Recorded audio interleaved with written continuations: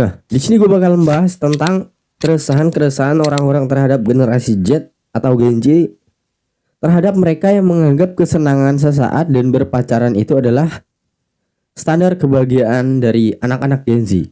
Kenapa gue bisa membahas ini? Karena ini pembahasan yang menurut gue menarik karena gue sendiri adalah Gen Z.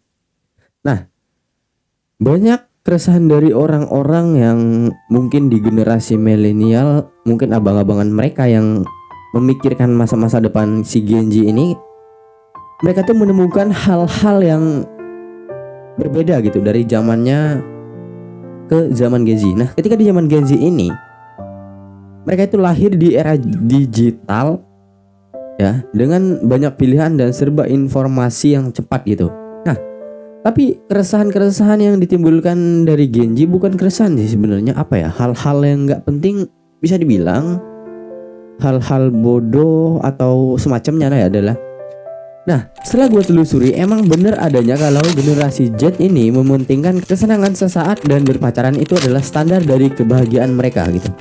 Nah, setelah gue telusuri lebih dalam, kenapa seperti itu ya? Karena Gen Z ini, bener kata Bang Raymond Tempe, karena bisa begitu, karena dari apa ya, bisa dibilang tuh kalau Gen Z tuh lebih memikirkan 90%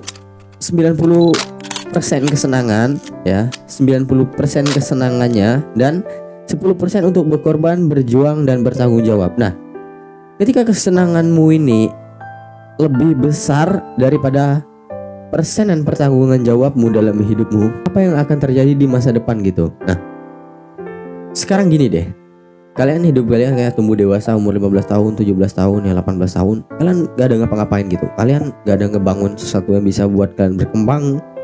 Kalian udah kenal dunia-dunia malam luar gitu gini dan sebagainya. Kalian udah rusak lah apa segala macam. Nah, coba kalian berpikir untuk dampak 10, 20 atau 30 tahun ke depan untuk hal-hal bodoh yang kalian lakukan untuk saat ini, kesenangan-kesenangan yang gak ada untungnya sama sekali. Coba deh, oh kok gue ngelakuin kayak gini ya, gimana dari masa depan gue? Coba lu pikirin baik-baik dan lu pikirin matang-matang. Nah, kalau untuk gue pribadi, gue mikirnya gue nggak apa-apa susah-susah dulu, gue nggak apa-apa gembel-gembel dulu, gue nggak apa-apa sulit-sulit dulu ya.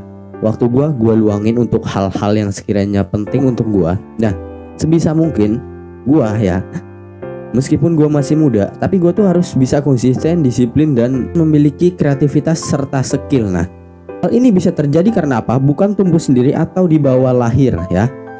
Hal-hal seperti itu, seperti konsisten, disiplin, skill, dan produktivitas itu dibangun ya. Seperti personal branding, high value itu dibangun. Semuanya dibangun. Yang gue tulis-tulisin tadi bangun ya, dibangun. Nah, ketika lu nih sebagai Gen Z menganggap suatu pacaran atau kesenangan sesaat lu adalah standar kebahagiaan lu bakal sulit keluar dari situ kalau lu belum ditampar oleh satu kejadian yang benar-benar ngaruh hidup lu. Nah, di sini gua nggak bakal yang terlalu gimana-gimana ya, karena balik lagi ke lu masing-masing. Oh, tapi gua orang kaya bang, gua udah punya BMW, orang tua gua mampu, gini-gini gitu segala macem apalah. Nah, balik lagi ke lu nya masing-masing. Ketika lu udah tua nanti, lu pasti bakal mikir suatu saat. Ketika lu udah tua, lu pasti bakal mikirnya untuk balik lagi ke masa lalu untuk mengubah hal-hal yang buruk di masa lalu ini. Bersakit-sakit dahulu, bersenang-senang kemudian ya. Dari situ gue bisa menyampaikan sama lu semua yang nonton, kalau hidup ini bukan cuma tentang kesenangan sesaat, tapi banyak hal yang perlu kita korbankan, banyak hal yang perlu kita perjuangkan. Kebahagiaan kita tunda dulu ya, jam tidur kita mengurang. Nah, yang gue rasain selama ini adalah mustahil seorang anak muda yang mempunyai mimpi besar seperti gue itu bisa tertidur dengan nyenyak. Ketika yang lain udah tertidur, gue sendiri masih berpikir, bahkan ada yang masih bekerja gitu ya. Nah, untuk pembahasan kali ini tuh lebih ke penyadaran terhadap kalian ya. Coba kalian, ketika kalian belum punya apa-apa, pacaran jangan dulu.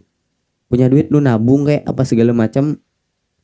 Jangan foya-foya. Oh bang, tapi gue kaya bang, orang tua gue punya perusahaan itu ini dan lain sebagainya. Bukan target gue ya. Target gue ngomong dari hati ke hati untuk orang-orang yang belum memiliki apa-apa tapi sudah melakukan hal-hal yang belum pantas dilakuin. Contoh, lu belum punya apa-apa, belum punya karir, pekerjaan dan lain sebagainya macam, lu belum ngebagian orang tua lu belum bisa dapetin apa yang lu mau.